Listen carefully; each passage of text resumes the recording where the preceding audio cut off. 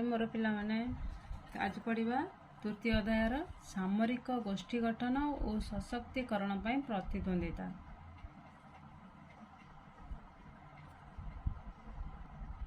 ए विषय बहुत shirt question अच्छी पिला माने पढ़ीदेव तापर आम जा आज प्रश्न उत्तर को देख पिला माने इतिहास गप परी मन रखिले बहुत इजी लगे तो बही को बार बार पढ़ीदेव 3-4 थर देन विषय गुड़ाक ठीक से हो ठीक अच्छे। तो आम प्रश्न उत्तर करवा। 1 नंबर देछि क समग्र पृथ्वी रे शीतल युद्धर की प्रभाव पड़ता मन पका पिला माने लिखा एमती शीतल युद्धर प्रभाव पड़ता कौन कौन ना समग्र विश्व रे एक अजଣା युद्ध आतंक खेली जाइतिला। अनुन्नत और विकासशील देशगुड़िकर सामाजिक और अर्थनैतिक प्रगति व्याहत होइतिला। समग्र पृथ्वी दुईटी गोष्ठी विभक्त होइतिला यथा सोवियत रूस नेतृत्व में साम्यवादी गोष्ठी और युक्तराष्ट्र अमेरिकार नेतृत्व में पूंजीवादी गोष्ठी। समग्र फोर्थ पॉइंट लिखा दुईटी महाशक्तिकर विरोधात्मक कार्यकलाप समग्र विश्व में तीव्र उत्तेजना सृष्टि कला और तृतीय विश्वयुद्ध संभावनार आशंका देखा जाइतिला। 5th पॉइंट उभय गोष्ठी परस्पर सपक्ष रे सामरिक मेंटमान गठन करथिले और मेंटभुक्त राष्ट्रगुड़िक सामरिक शक्ति वृद्धि पाई अस्त्रशस्त्र संग्रह करिबारे लागि थिले। दुई पक्ष मध्य आणविक अस्त्र प्रस्तुत करिवार प्रतिद्वंदिता चलिला एवं यह सहित सोवियत रूस और युक्तराष्ट्र अमेरिका मध्य महाकाश गवेषणा चंद्रपृष्ठ रे मानवर अवतरण एवं विज्ञान और कारीगरी विद्यार प्रतियोगितामूलक उन्नति एक नूतन प्रजुक्ति विद्यार युग आरंभ करिथिला।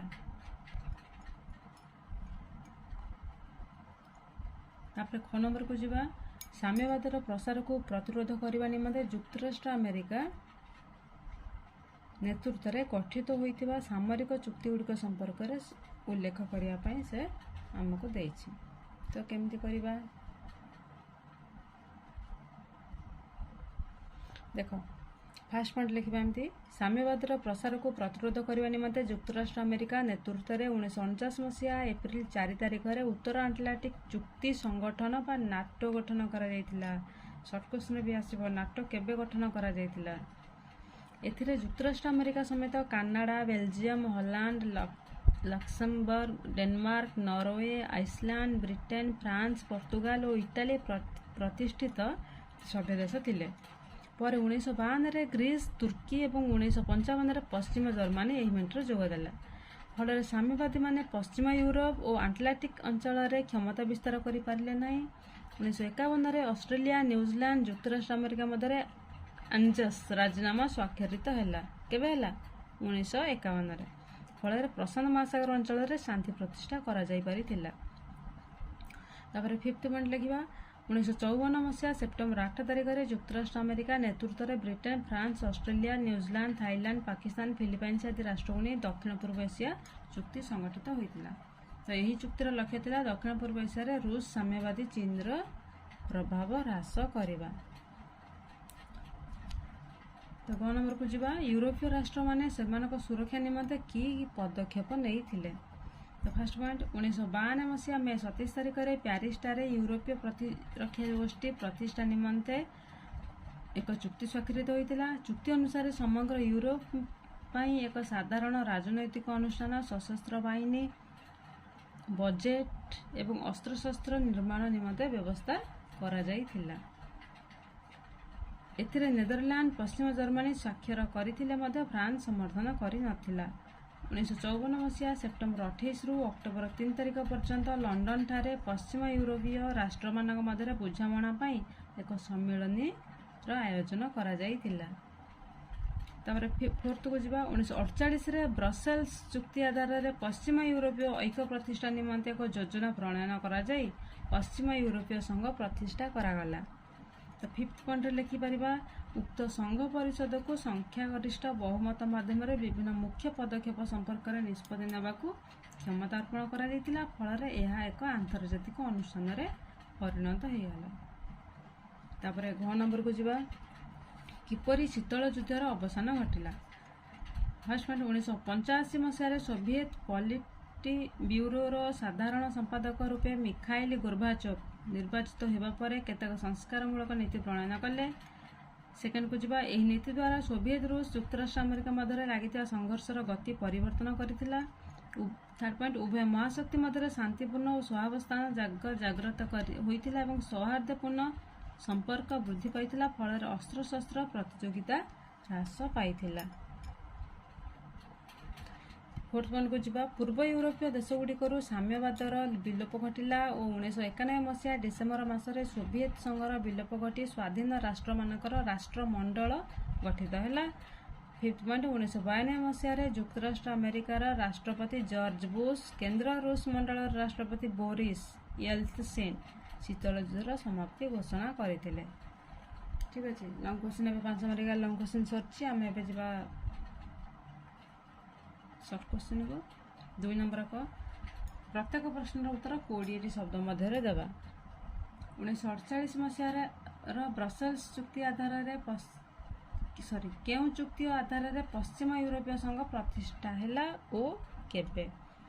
तो केउं चुक्ति आधार ना ब्रसेल्स चुक्ति आधार केबे 1948 मसीह ब्रसेल्स चुक्ति आधार पश्चिम यूरोपीय संघ प्रतिष्ठा है 1954 मसीह गठित होइथिला।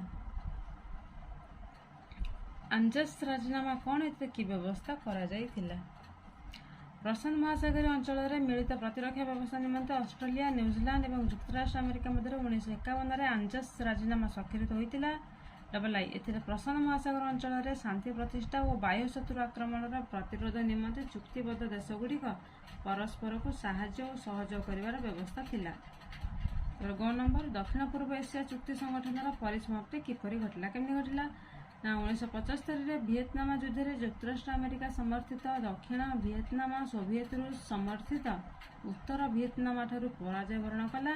यहाँ द्वारा युक्तराष्ट्र अमेरिकार मर्यादा क्षुण्ण होइतिला फल दक्षिण पूर्व एशिया चुक्ति संगठन परिसमाप्ति एहिपरि घटिथिला। केउं देशगुड़िक मध्य बागदाद चुक्ति स्वाक्षरित होइतिला। घ नंबर ब्रिटेन तुर्की इराक ईरान पाकिस्तान मध्य होइतिला। केंद्रीय चुक्ति संगठन केबे और किपरि होइतिला 1958 मसीह राजतंत्र पतन फल इराक यही मेंटर ओहरीगला तेणु यही चुक्तिर नाम केंद्रीय चुक्ति संगठन रखागला और एथिरे युक्तराष्ट्र अमेरिका सभ्य रूपे जोग देला। च वारस चुक्ति संपर्क में संक्षेप लेख युक्तराष्ट्र अमेरिकार सामरिक मेंट गठन विरोध में सोवियत रूस नेतृत्व में 1955 मे 1 तारिख में पोलैंड राजधानी वारस ठारे वारस चुक्ति स्वाक्षरित होइतिला। एथिरे सोवियत रूस पोलैंड हंगेरी रोमानिया बुल्गारिया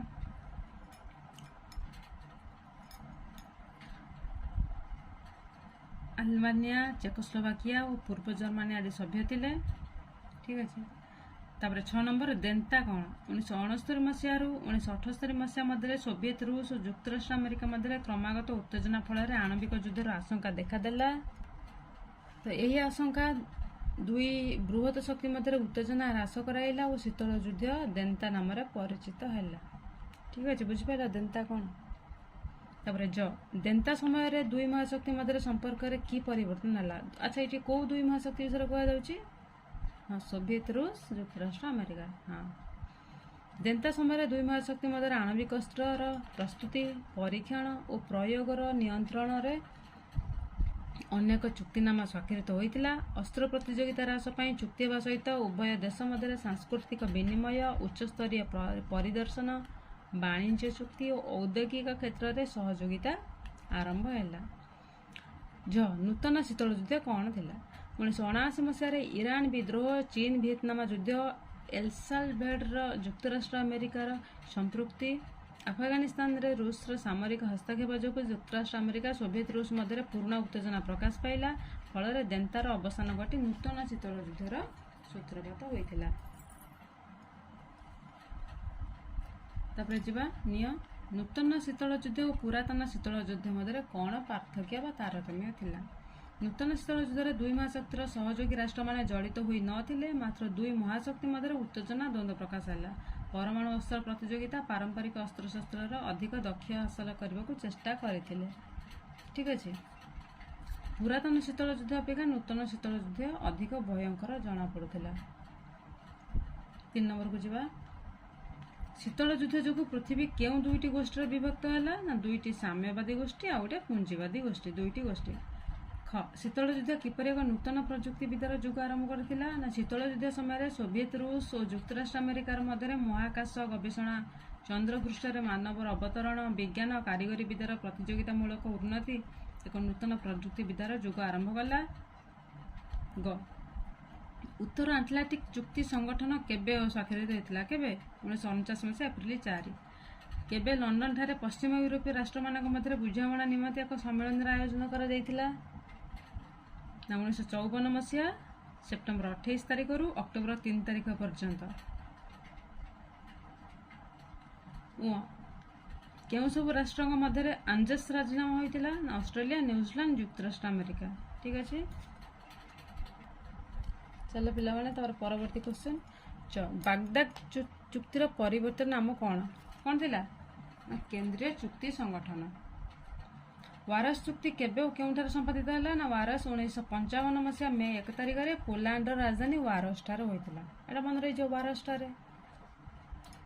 କେଉଁ ମସିହାରେ ଦେନ୍ତାର ସହସା ଅବସାନ ଘଟିଲା? 1979 ମସିହାରେ ଦେନ୍ତାର ଅବସାନ ଘଟିଲା।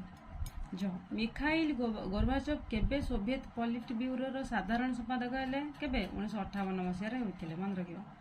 ଶୀତଳ ଯୁଦ୍ଧର ଅବସାନ ହେଲା ବୋଲି କେଉଁ 2 ଜଣ ଘୋଷଣା କଲେ? ନା ଯୁକ୍ତରାଷ୍ଟ୍ର ଆମେରିକା ରାଷ୍ଟ୍ରପତି ଜର୍ଜ ବୁଶ, କେନ୍ଦ୍ର ରୁଷ ମଣ୍ଡଳର ରାଷ୍ଟ୍ରପତି ବୋରିସ୍ ୟେଲତ୍ସିନ୍ ଘୋଷଣା କରିଥିଲେ। 4 ନମ୍ବରକୁ ଯିବା। ଉତ୍ତର ଆଟଲାଣ୍ଟିକ ଚୁକ୍ତି ସଂଗଠନରେ ପଶ୍ଚିମ ଜର୍ମାନୀ କେବେ ଯୋଗ ଦେଇଥିଲା? କେବେ? ମନେ ରଖିବ, ମେ 1955ରେ। କିଏ ଆଞ୍ଜସ୍ର ସଭ୍ୟ ନଥିଲା? କିଏ ନଥିଲା?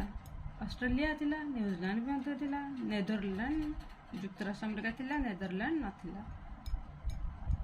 କେବେ ବାଗଦାଦ ଚୁକ୍ତି କେନ୍ଦ୍ରୀୟ ଚୁକ୍ତି ସଂଗଠନ ନାମରେ ନାମିତ ହେଲା? କେବେ ନାମିତ ହେଲା? ମନେ ରଖିବ ଛୁଆ, 1958 ମସିହାରେ। କେବେ ଦେନ୍ତାର ଅବସାନ ଘଟିଲା? 1978, 85, 79, 90। କେବେ ହେଲା? କେବେ ଘଟିଲା? 1979। କାହାର ସଂସ୍କାରମୂଳକ ନୀତି ଶୀତଳ ଯୁଦ୍ଧର ଅବସାନ ନିମନ୍ତେ ମାର୍ଗ ପ୍ରସ୍ତୁତ କରିଥିଲା? 1 ନମ୍ବର। କାହାର? ମନେ ରଖିବ ଛୁଆ, ମିଖାଇଲ ଗୋର୍ବାଚୋଭ। ଆମର ତ ସରିଗଲା ପାଠ୍ୟପୁସ୍ତକ ପ୍ରଶ୍ନୋତ୍ତର। ଏବେ ଟିକେ ସର୍ଟ କ୍ୱେଶ୍ଚିନ୍ ଆଲୋଚନା କରିଦେବା। 1952ରେ କେଉଁ 2ଟି ଦେଶ ଉତ୍ତର ଆଟଲାଣ୍ଟିକ ଚୁକ୍ତି ସଂଗଠନରେ ଯୋଗ ଦେଇଥିଲେ? କିଏ? ମନେ ରଖିବା, ତୁର୍କୀ ଓ ଗ୍ରୀସ୍। କେଉଁ ମସିହା ପରେ ସାମ୍ୟବାଦୀମାନେ ପଶ୍ଚିମ ୟୁରୋପ ଆଟଲାଣ୍ଟିକ ଅଞ୍ଚଳରେ କ୍ଷମତା ବିସ୍ତାର କରିପାରି ନଥିଲା? କେବେ? ମନେ ରଖିବା, 1949। ଦକ୍ଷିଣ ପୂର୍ବ ଏସିଆ ଚୁକ୍ତି ସଂଗଠନରେ କେତେ ଜଣ ସଭ୍ୟ ଥିଲେ? 8 ଜଣ। ୱାରସ୍ ଚୁକ୍ତିରେ କେତେ ଜଣ ରାଷ୍ଟ୍ର ଯୋଗ ଦେଇଥିଲେ? ସେଇ 8 ଜଣ। ତ ପିଲାମାନେ ବିଷୟଟି ଏଇଠି ଥାଉ। ଆଗକୁ ଆମେ ତାପର ବିଷୟରେ ପ୍ରଶ୍ନୋତ୍ତର କରିବା। Thank you.